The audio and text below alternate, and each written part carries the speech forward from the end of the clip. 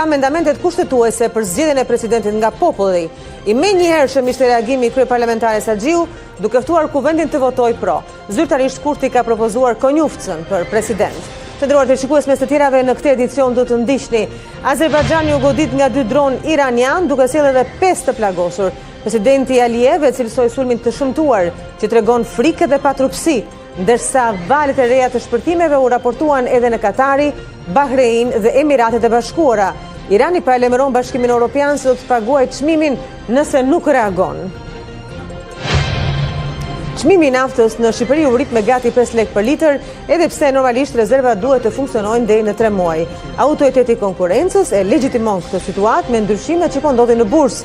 Si rrjedhoi e bllokimi të ngushticës së Hormuzit. Mazhoranca në kuvend miratoi ndryshimet në qeveri, ndërsa opozita bllokoi foltoren. Imuniteti Benda Ballukut u bë shkak për përplasje mes palëve, ku demokratët akuzuan socialistët se janë bërë bllokadë për drejtësinë. Ministrat e botbesuar në kuvend betohen nesër përpara presidentit.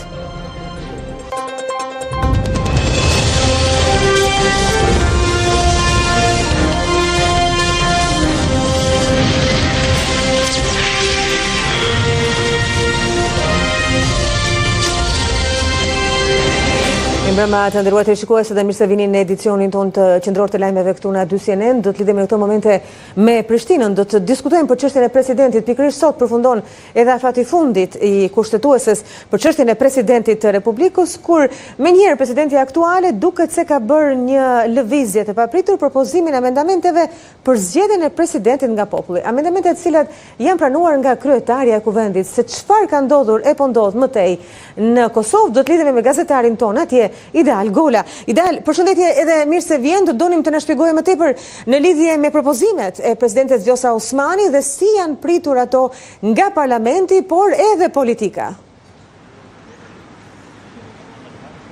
Po, në një lëvizje ndoshta jo shumë të pritshme, presidenti Osmani është drejtuar kuvendit duke dorëzuar amendamentet kushtetuese që nënkupton ndryshimin e kushtetutës dhe le të themi edhe drendit kushtetues një herazi në mënyrë që presidenti i Republikës të zgjidhet drejt për drejt nga populli dhe jo më nga kuvendi i Kosovës. Tani, kur kanë mbetur edhe 5 orë nga përfundimi i afatit kushtetues për të zgjedhur presidentin nga ana e kuvendit të Kosovës, momentalisht në brenda ambienteve të kuvendit është mbledhur Komisioni për Legjislacion, i cili po shqyrton amendamentet kushtetuese të dorëzuara nga presidentja Vjosa Osmani. Do të presim se cila do të jetë vendimarrja e komisionit dhe me shumë mundësi mund të ketë edhe ndonjë seancë të kuvendit të Kosovës që sonte për të trajtuar këto amendamente dhe për të votuar. Nuk është e thjesht në fakt të bëhen ose të kalohen këto amendamente, duke qenë se duhen gjithashtu 2/3 e 2 fishta, siç njihet në Kosovë, që do të thotë duhet 2/3 e votës së përgjithshme, por gjithashtu edhe 2/3 e votës së komuniteteve, që në këtë rast nga 20 vendet të rezervuara, 14 deputet që i përkasin komuniteteve duhet të votojnë gjithashtu pro. Kjo do të thotë që duhet të hyjnë në lojë edhe deputetet e listës serbe në mënyrë që të krijohet kjo 2/3 nga ana e komuniteteve, të cilat përfaqësohen në kuvendin e Kosovës.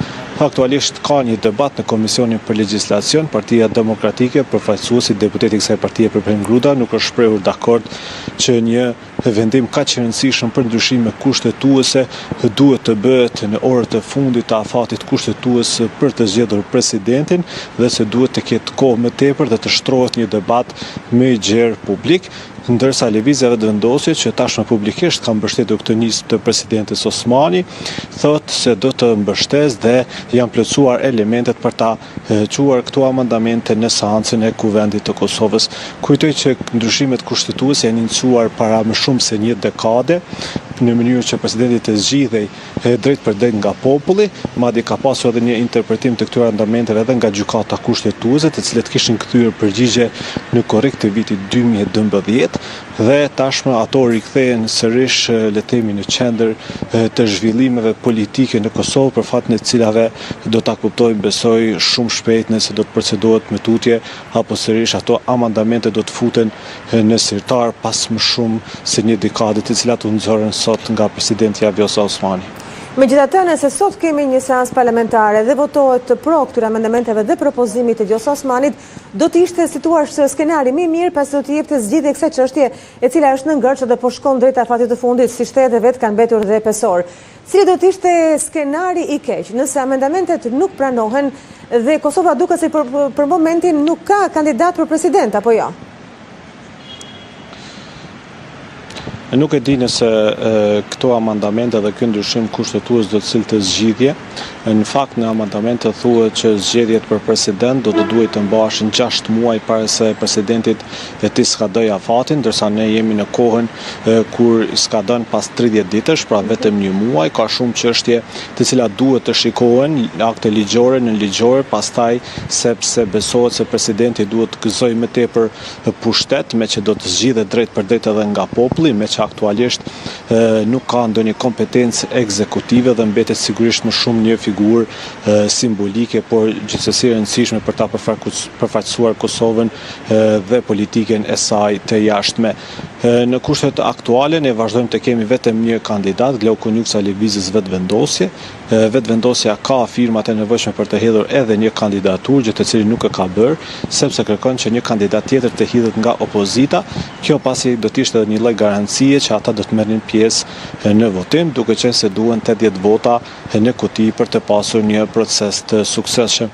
Partia Demokratike, Lidhja Demokratike kanë refuzuar deri më tani të bëjë një kandidat, pasi e dinë që në raundin e tretë kandidati lëvizjes vetëvendosje do të triumfonte, me që atëherë kërkohet vetëm një shumicë thjesht prej 61 votash minimalisht, gjë që lëvizja vetëvendosje ka 66. Çfarë nëse nuk do të thirret asnjëherë seancë, pra nëse nuk do të ketë asnjëherë 2 kandidat, nuk mund të thirret seancë për zgjedhjen e presidentit dhe hyjmë në një fazë që Kosova nuk e ka shkelur asnjëherë dhe ndoshta mund të palet këtë rast presidentja ose edhe deputetët, një grup prej së paku 10 deputetësh mund t'i drejtohen gjykatës kushtetuese për të sqaruar situatën, pasi thuhet që vetëm pas dështimit për të zgjedhur në votim presidentin mund të shkohet në në zgjedhjet e jashtëzakonshme, por jo edhe nëse nuk ka asnjë kandidaturë zyrtare dhe nëse nuk thirret seanca. Këtu ka pasur interpretime të ndryshme, pra ajo është një pjesë ku bën pjesë edhe lëvizja vetëvendosje që nuk shohin që vendi duhet të shkojë në zgjedhje,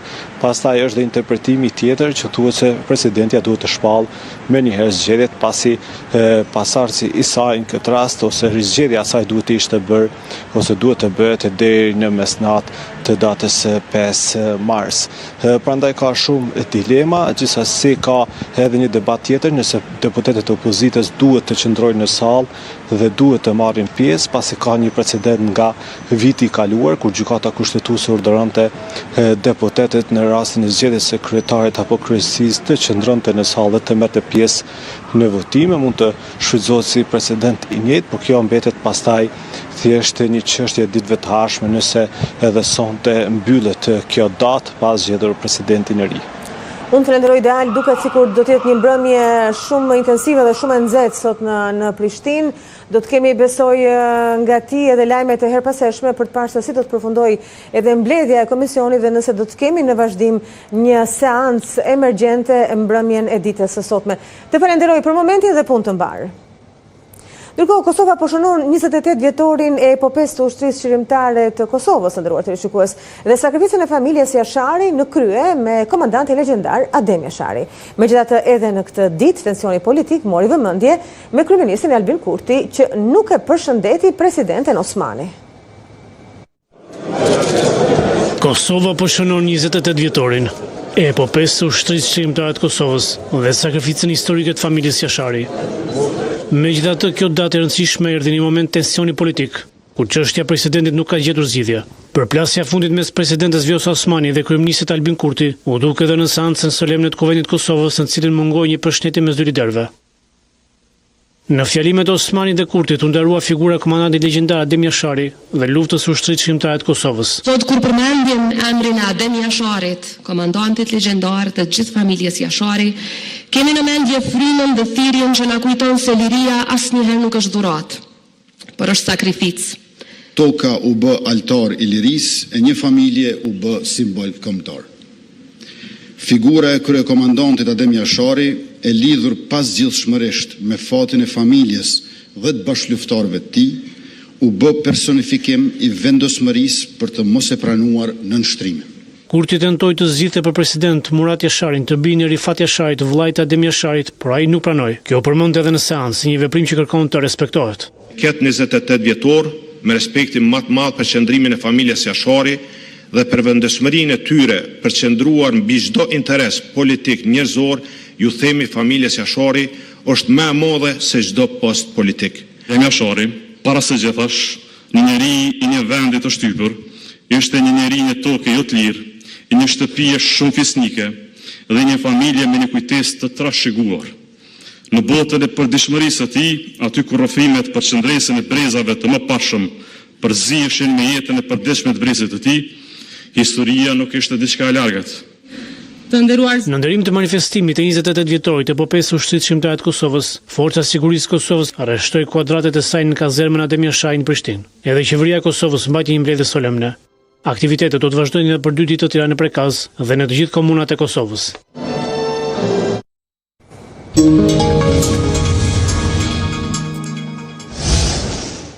Zgjerohet rrezja e luftës në lindjen e mesme. Azerbajxhani paralajmëroi të kundërpërgjigjet pasi 2 dronë iranianë shënjestruan vendin duke plagosur 4 persona.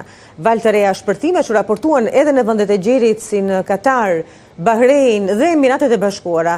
Irani paralajmëron Bashkimin Evropian se do të paguajë çmimin nëse nuk reagon për luftën e Shtetet e Bashkuara të Amerikës dhe Izraelit. Një tjetër shtet përfshihet në rrezën e luftës në Iran. 2 dronë të Republikës Islamike goditën Azerbajxhanin, një prej të cilëve ra mbi godinën e terminalit aeroportit ndërkombëtar të Nakhchivan, ndërsa një tjetër pranë një shkolle në një fshat të afërt.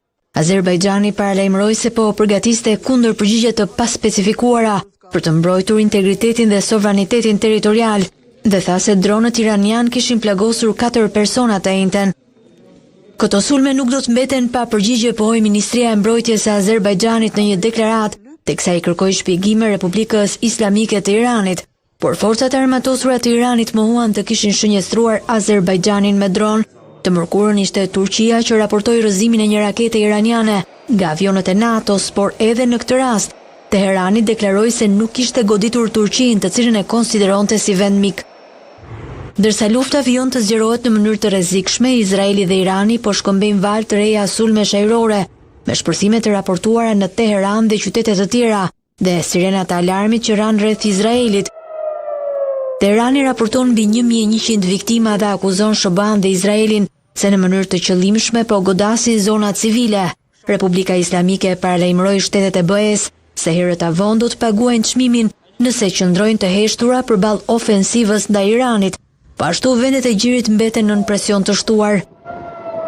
Ministria e Mbrojtjes në Emiratet e Bashkuara Arabe tha se kishte interceptuar dhe shkatëruar 6 raketa balistike dhe 131 dron, por se një prej raketave dhe 6 dron kishin rënë në vend.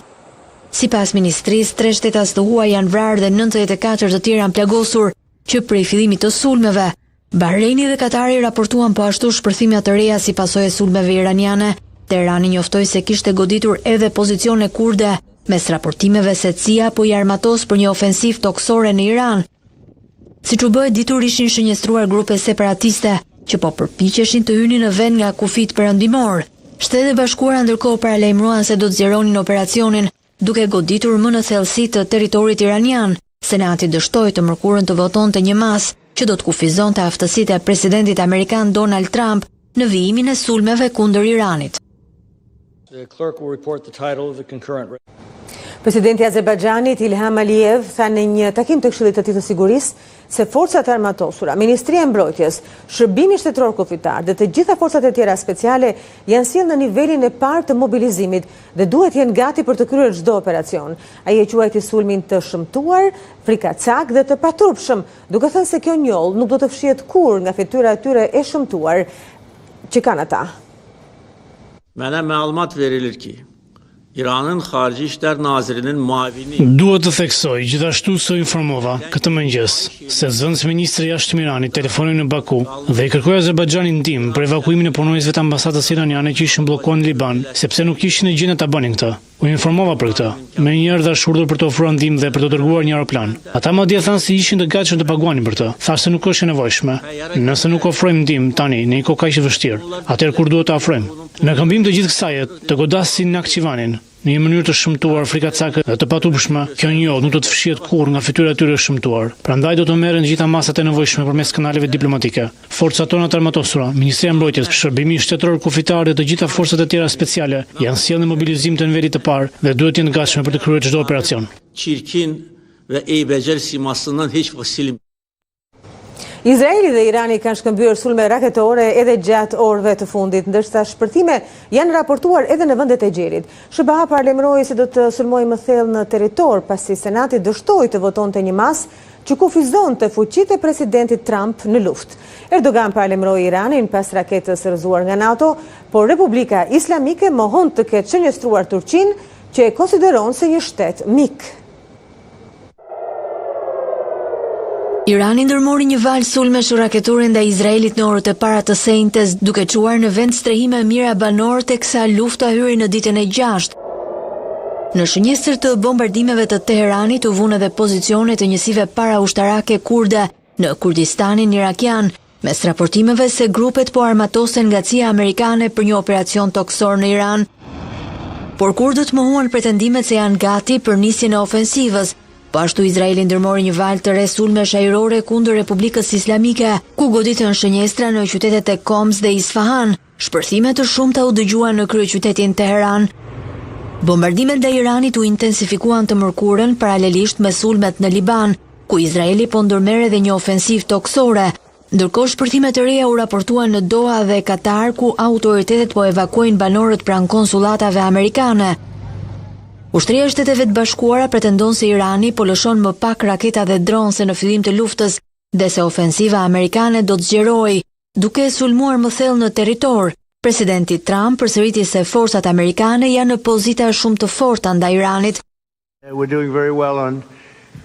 Ne po ecim shumë mirë në frontin e luftës. Për ta thënë butë, do të thosha kështu.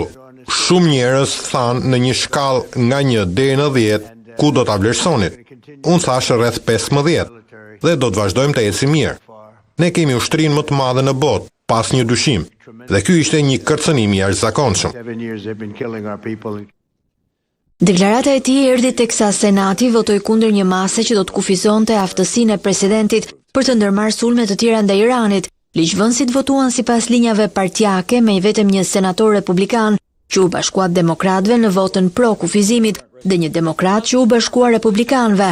Irani kërcënoi Shtetet e Bashkuara se do të pendoheshin rënd për fundosjen e një anije iraniane pranë brigjeve të Sri Lankës, ku 10 marinar mbetën të vrarë. Për shkallëzim i rrezikshëm u konsiderua edhe lëshimi një rakete në drejtim të Turqisë antare të NATO-s, e shkatëruar nga avionët e aleancës. Në një deklaratë mbrëmjen e së mërkurës, presidenti Recep Tayyip Erdogan tha se Turqia paralajmëronte në mënyrën më të qartë të mundshme se incidente të tilla nuk duhej të ndodhnin më. Ushtria iraniane mohoi të ketë shënjestruar Turqinë, ndërsa një zyrtar i cituar nga AFP tha se raketa synonte bazat në Qipron greke.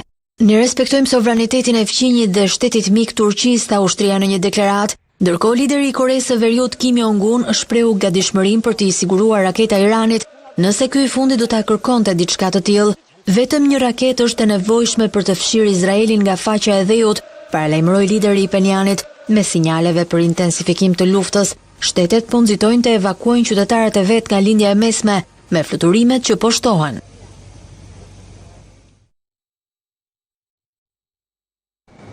Përshkallëzon përplasja diplomatike mes SBA-ve dhe Spanjës lidhur me luftën në Iran. Shtëpia e Bardhë tha se Madridi ishte tërhequr duke pranuar të bashkëpunonte me Washingtonin për operacionin ushtarak. Por Spanja përgënjeshtron pretendime duke thënë se nuk ndryshon qëndrim. Sanchez është i vetmi lider në Evropën perëndimore që po kundërshton hapur Donald Trump. Përplasja diplomatike mes SBA-s dhe Spanjës për luftën në Iran u intensifikua orët e fundit, teksa qeveritë të dyja vendeve shkëmbyen deklarata kontradiktore mbi përdorimin e mundshëm të bazave ushtarake spanjolle nga forcat amerikane. Pak pasi zëdhënësja e Shtëpisë së Bardhë, Caroline Levitt, tha se Madridi kishte pranuar të ndihmonte SBA-n. Ministri i Jashtëm spanjoll José Manuel Albares nxitoi të përgënjeshtronte ndryshim të qëndrimit të qeverisë spanjolle. kundërshtoi pretendimet e Shtëpisë së Bardhë, pozicioni i qeverisë në lidhje me luftën në lindjen e mesme, bombardimin e Iranit dhe përdorimin e bazave tona nuk ka ndryshuar asnjë grim, si ishin fjalët e tij. Mosmarrëveshjet shpërthyen të martën kur Trump kërcënoi të ndërpriste të gjitha lidhjet tregtare me Spanjën, pasi Madridi e bëri të qartë se nuk do të lejonte SBA-n të përdorte bazat e operuara bashkarisht në jug të vendit për ndonjë sulm që nuk mbulohet nga karta OKB-s. Kryeministri Pedro Sanchez deklaroi se qeveria e tij nuk do të bëjë bashkëpunëtore në diçka që ishte e keqe për botën. Por pas këtyre komenteve, zëdhënësia e Shtëpisë së Bardhë poi se Spanja e kishte dëgjuar fort dhe qartë mesazhin. Me sa kuptova gjatë orëve të fundit, ata kanë pranuar të bashkëpunojnë me ushtrinë amerikane. Kështu ushtria jon po koordinohet me homologët në Spanjë. Desde España estamos en contra de esto. I konsideruar si udhëheqësi i fundit progresist në një shtet të madh të Europës, Sanchez e ka cilësuar luftën e SBA-s dhe Izraelit ndaj Iranit si të pajustifikueshme dhe të rrezikshme.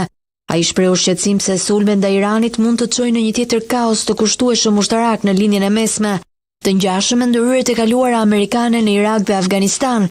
Presidenti iranian Pezeshkian vlerësoi atë që e quajti sjellje të përgjegjshme të Spanjës në kundërshtimin e shkeljes flagrante të drejtave të njerëzit nga koalicioni amerikano-sionist, siç u shpreh. Qëndrimi i Spanjës bie ndesh me atë të pjesës tjetër të Europës, e cila po heziton të dënojë luftën. Italia njoftoi se do të ndihmonte me mbrojtje ajrore vendet e Gjirit me sulmeve të vazhdueshme të Iranit. Kryeministja Meloni vuri theksin tek fakti se 2000 trupa italiane gjenden në rajon. Gjithashtu Roma bashkë me Francën, Spanjën dhe Hollandën do të çojnë asete detare në Çipër. Italia po planifikon të ndihmojë vendet e Gjirit me mbrojtje ajrore në kundër përgjigje të sulmeve iraniane. Këtë e tha kryeministria Giorgia Meloni teksa theksoi shqetësimin e Romës për sigurinë e qytetarëve dhe trupave të vet në rajon, dhe po ashtu për sigurinë energjetike. Ashtu si Mbretëria e Bashkuar, Franca dhe Gjermania, Italia synon të dërgojë mbështetje për vendet e Gjirit, veçanërisht në fushën e mbrojtjes ajrore, tha Meloni, për radio në RTL të njëjtën. Ajo argumentoi se lëvizja nuk ishte të bënte vetëm me lidhje diplomatike, por edhe prezencën e italianëve në terren. Sipas Melonit, rreth 2000 trupa italiane janë të stacionuara në rajon. Sa i përket mundësisë së përdorimit të bazave amerikane në tokën italiane, kryeministria tha se vendi i saj dhe aleatët po respektonin kushtet e marrëveshjeve dypalshe. Italia sreon baza ushtarake të përdorura nga SBA sipas marrëveshjeve që datojnë në vitin 1954, të cilat janë përditësuar për gjatë viteve. Sipas këtyre ujdive, Meloni thot se autorizimet teknike janë në fuqi për logjistikë dhe të ashtu quajturat operacione jo kinetike, të cilat i përshkruan si aktivitete jo bombarduese, nëse do të kishte kërkesë për përdorim më të gjerë të këtyre bazave. Meloni tha se qeveria duhet të kishte autoritet për të vendosur nëse do t'i jap lejen ose jo, por se ky vendim do të përfshinte parlamentin. Ndërkohë, ministri i mbrojtjes në Rom, Guido Crosetto, i tha parlamentit këtë të njëjtë se Italia, Spanja, Franca dhe Holanda do dërgonin asete detare për të mbrojtur Çipron gjatë ditëve në vazhdim, pasi Irani sulmoi me dron bazën britanike të Akrotirit. Aleanca Atlantiku të Veriut nuk ka ndërmend të aktivizojnë nenin 5 së saj. Shkak është bërë interceptimi i një mbetje raketore iraniane në territorin turk.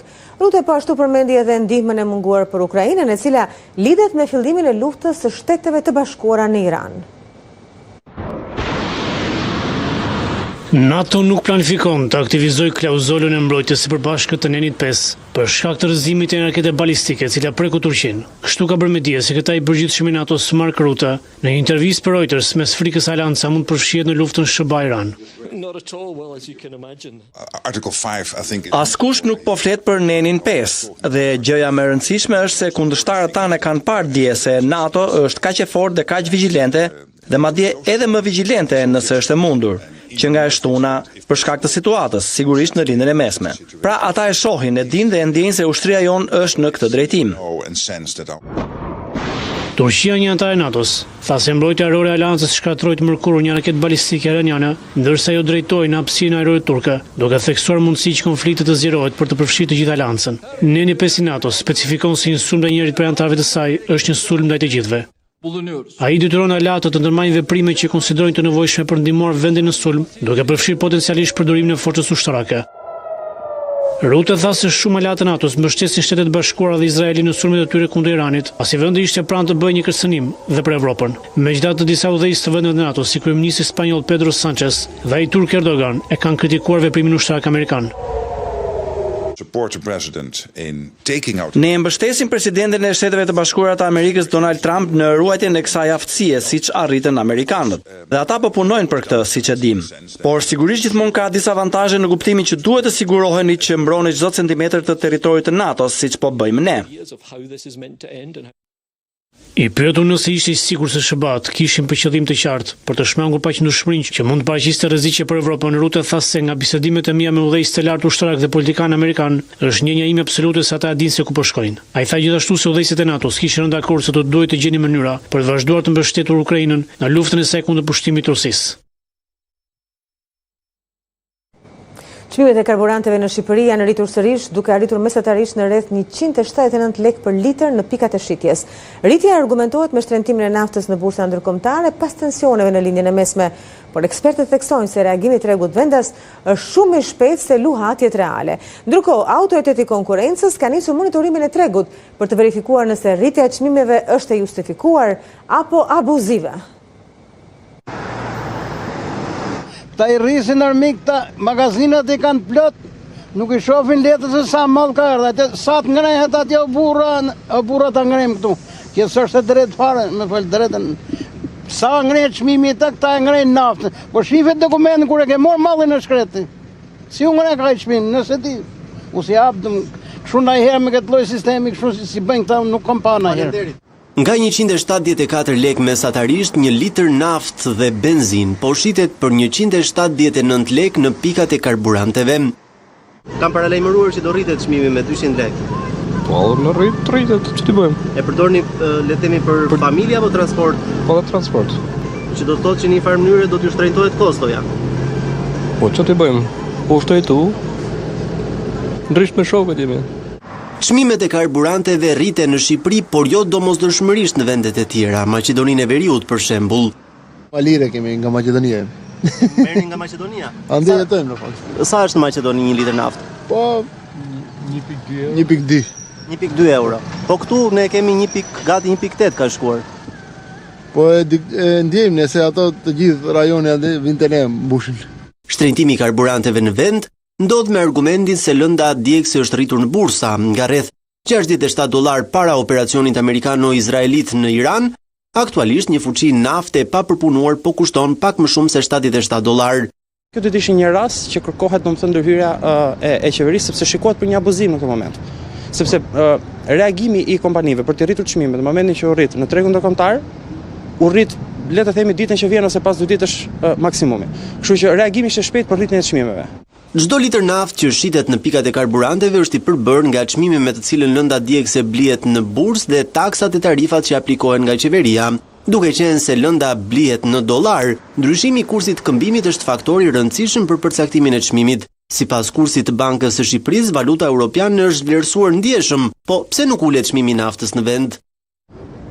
Çmimet të larta nuk është se u bën vetëm për shkak të kushtit të fundit. Le të kujtojmë që çmimet kanë qenë të larta edhe për paktën për xhepin e konsumatorëve shqiptar kanë qenë të larta edhe më parë kësaj rritje të fundit të çmimit. Për të frenuar një rritje abuzive të çmimeve, Autoriteti i Konkurrencës ka marrë në monitorim tregun e shitjeve me pakit të karburanteve në vend. Sipas standardeve të konkurrencës së ndershme, pritet që luhatjet e çmimeve në tregun vendas të ndjekin të njëjtin drejtim dhe të jenë proporcionale me masën e ndryshimeve që regjistrohen në bursa. Çdo devijim i pajustifikuar, qoftë edhe rritje e pakoordinuar, por më e shpejt apo më e theksuar se ecuria e çmimeve ndërkombëtare, përbën tregues të mundshëm të sjelljeve jo konkurruese në treg. Por njoftimi i konkurrencës që legjitimon rritjen e çmimeve të karburanteve, por jo në nivele të larta, është pritur me kritika nga deputeti socialist Erion Braçe.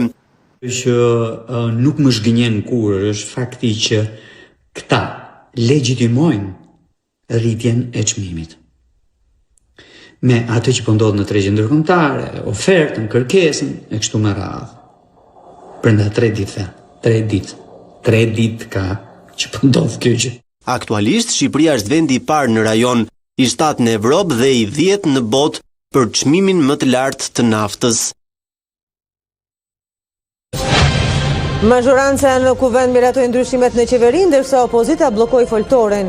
Imuniteti Brenda Vallukut u bë shkak për përplasje mes palëve, ku demokratët akuzuan socialistët se janë bërë bllokadë për drejtsinë. Ministrat e votbesuar në kuvend betohen nesër përpara presidentit.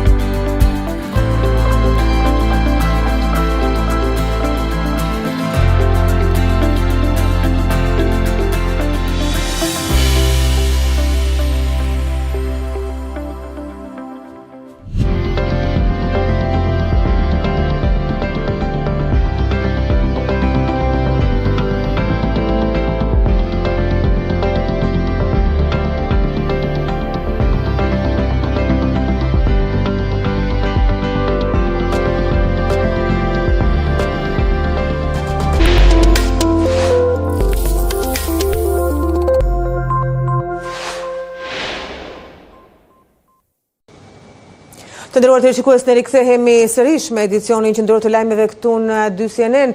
Ka ndodhur tensione në sallën e kuvendit, vetëm para pak minutash kryetari i kuvendit ka dhënë fjalën kreut të grupit parlamentar të Partisë Socialiste Tauland Balla, gjë që ka shkaktuar irritim në radhët e deputetëve të opozitës. Kjo pasi më parë ata e kanë akuzuar për fjalor banal dhe të papërshtatshëm, veçanërisht ndaj deputetes Albana Vokshi. Deputeti Klevis Balliu ka tentuar të mbyll mikrofonin Tauland Ballës, por është penguar nga deputetët socialistë. Parlamenti u përfshi sërish nga debatet e forta ditën e sotme, të cilat çuan në ndërprerjen e seancës plenare. Gjithçka nisi teksa kreu i grupit të Partisë Socialiste Tauland Balla, duke folur në foltoren e kuvendit, që t'ju merrin telefonet dhe thonë më si mendoni ju për këtë, po 0900 se për ty kam këtë numrin, për ty Albana, pa dyshim. Dhe pa pyetur dhe për strukturat vendore, pa pyetur dhe për këtë, pa dyshim. Edhe se kishin këtë mundësi, nuk e kishin këtë mundësi.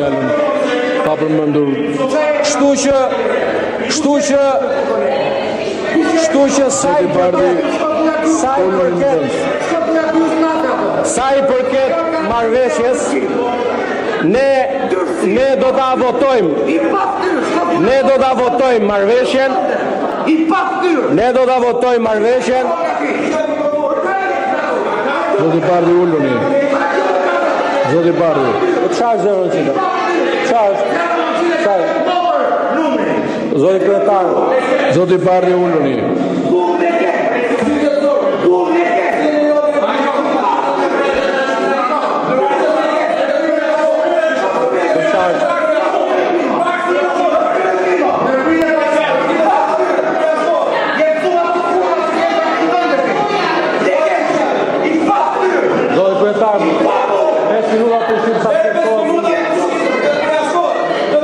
Uluni, lejoni të përfundoj fjallën dhe pastaj merrni fjallën për replik.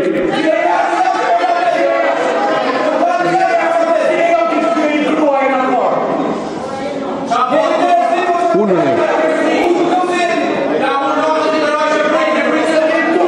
Ta mbaroj fjallën dhe pastaj.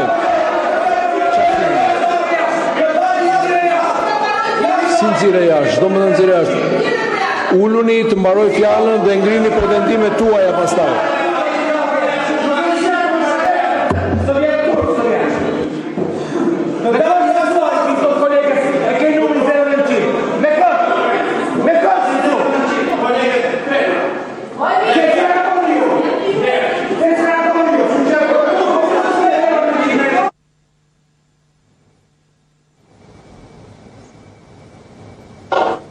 Tensionet e forta prasi që shihni edhe vetë në seancën plenare të ditës së sotme, ndërkohë më herët në këtë seancë mazhoranca socialiste miratoi me karton jeshil ndryshimet në kabinetin qeveritar, ndërsa seanca plenare u zhvillua mes dy realiteteve paralele, votimit të shumicës dhe protestës së opozitës.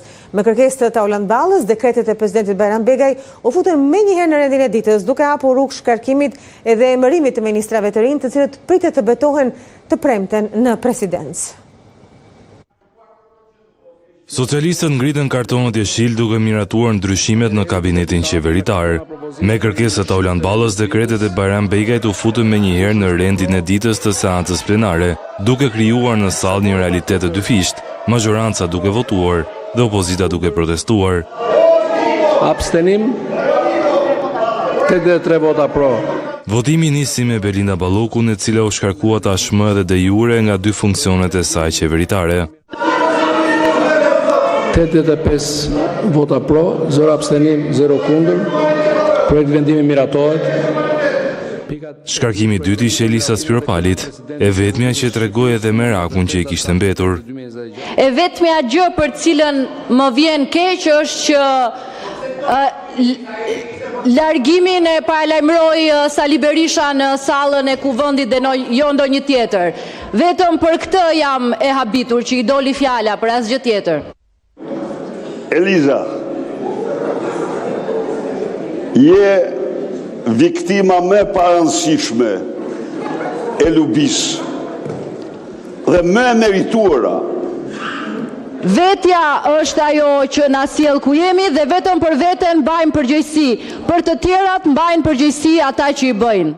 Procesi votimit vjoi me shkarkimin e Piro Vëngut dhe me rotacione në kabinetin qeveritar, ku Albana Kociu mori postin e zëvendës kryeministres, Ferit Hoxha ministri i jashtëm, Besfor Lamallari ministri i brendshëm, Ermal Nufi ministri i mbrojtjes, Toni Gogu ministri i drejtësisë, Enea Karakaçi ministri për infrastrukturën dhe energjinë dhe Riona Ismaili ministri i shtetit për marrëdhënie me parlamentin.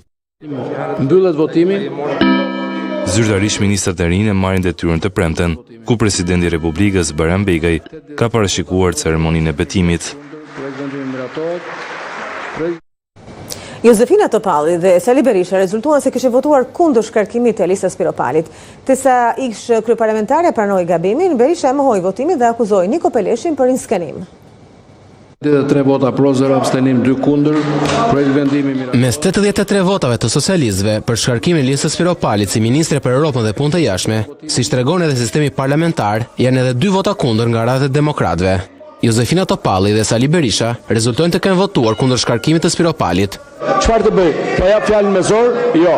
Mes kaosit dhe kërkesave për marrje fjale, Topalli mësohet se teksa ka kërkuar të drejtën për të replikuar në seancë, ka votuar kundër, si nga ulësia e saj, por edhe kryetari të BD. Në momentin e kaosit në parlament, kur opozitës nuk po jepej fjala, kam shtypur gabimisht 2 butonat në sistem për të marrë fjalën. Kjo ka përkuar rastësisht me momentin e votimit për shkarkimin e një ministri. Bëhet fjalë për një lapsus teknik dhe jo për shprehje të vullnetit tim politik. Sqaroi gjithashtu se në atë moment zoti Berisha ishte në foltore dhe nuk ka votuar. Por një version tjetër jep Sali Berisha, i cili nga oborri kuvendit pohoi se as Topalli nuk ka votuar në emër të tij. Absolutisht nuk kam votuar fare, një mashtrim i pa skrupull. Ne s'kemi votuar, as kemi sistemin e kuvendit dini që votuar. Po se çfarë ka bërë sistemi, unë nuk di gjë, unë kam qenë gjithkohën siç e ke pati merr kamerën tënde, unë kam qenë në platformë duke ke mandatuar zonës Topallit. Jo, kategorikisht, zonja Topalli s'ka votuar as po. Se votoi kundër dhe për ju. Po s'ka votuar, jo, ato janë të gjitha të jo se ka shtypur, nuk ka qenë fare zonja Topalli aty. Berisha shtoi se Spiropalit ja dha përgjigje nga foltorja e kuvendit, ku siç tha ai, shkarkimi i saj ishte iniciuar nga Belinda Balluku.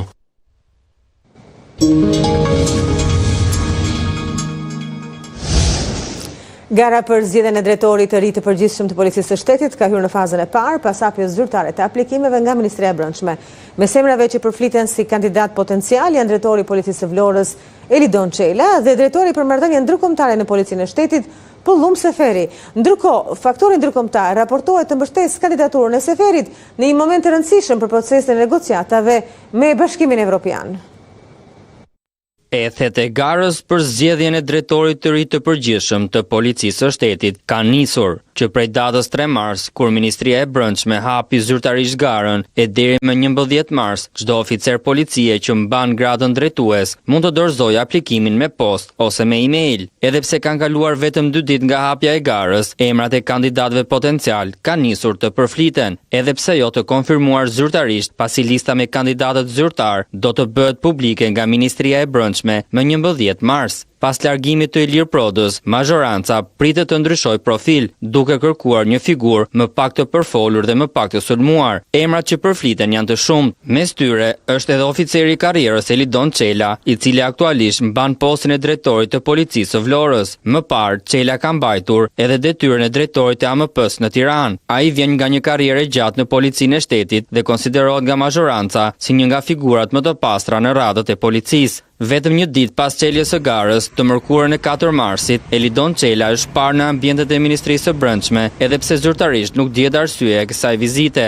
A2 CNN disponon pamjet ku ai drejtohet godinës së ministrisë, duke përforcuar edhe më shumë zërat se mund të kandidojë për postin e kryepolicit të vendit, ndonse aplikimi bëhet vetëm përmes postës ose emailit. Në një moment kur mazhoranca po kërkon një figurë të pastër për drejtimin e policisë, një nga kriteret kryesore për drejtorin e ri të Policisë së Shtetit pritet të jetë edhe mbështetja e faktorit ndërkombëtar për shkak të procesit të negociatave me Bashkimin Evropian. Sipas burimeve, ndërkombëtarët mbështesin oficerin e karrierës Pëllum Seferin, drejtorin e departamentit për marrëdhëniet ndërkombëtare në Policinë e Shtetit që prej vitit 2020, i cili konsiderohet prej tyre si një nga figurat më të pastra në institucion. Burime për A2 CNN bëjnë me dije se Seferi pritet të kandidojë për postin e kryepolicit. Gjatë drejtimit të tij janë realizuar edhe ekstradimet e bujshme nga Dubai, plot 14 të tilla, duke thyer edhe emitin e Emirateve të Bashkuara Arabe si një azil për personazhe të botës së krimit. Në këtë aspekt, Policia e Shtetit në drejtimin e Seferit ka arritur rezultate edhe më të larta se policitë e vendeve si Italia dhe Turqia, të cilat ende nuk kanë mundur të realizojnë ekstradime nga Dubai. Seferi aktualisht mban edhe pozicionin e presidentit të shoqatës së studentëve europian që kanë kryer studime në Akademinë Kombëtare të FBI-s në SBA.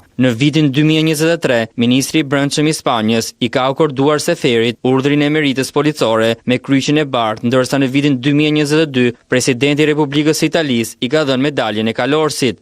Gara për postin e kryepolicit mes Çelës dhe Seferit pritet të jetë e fortë. Përveç tyre pritet të kandidojnë edhe drejtues të tjerë të policisë, si Artion Duka, Arjan Muça dhe Ardian Çipa dhe të tjerë. Gjithsesi, pas përfundimit të procesit të konkurrimit, vendimin final e merr kryeministri Rama, i cili shpesh ka surprizuar me zgjedhjet e tij. Një grabitje nën kërcënimin e armës së zjarrit ka ndodhur mëngjesin e kësaj tente në Tiranë në rrugën 5 Maj, siç duket në pamje, 42 vjeçari Luan Maçi ka hyrë brenda një pike këmbimi valutor, e cila ndodhet në një qendër tregtare dhe duke kërcënuar me pistolet punonjësen ka marrë një shumë parash dhe më pas është larguar me motor. Sipas policisë, shuma e grabitur është rreth 300.000 lekë të reja. Shërbimet e policisë pas kërkimeve kanë arritur të arrestojnë 42 vjeçarin.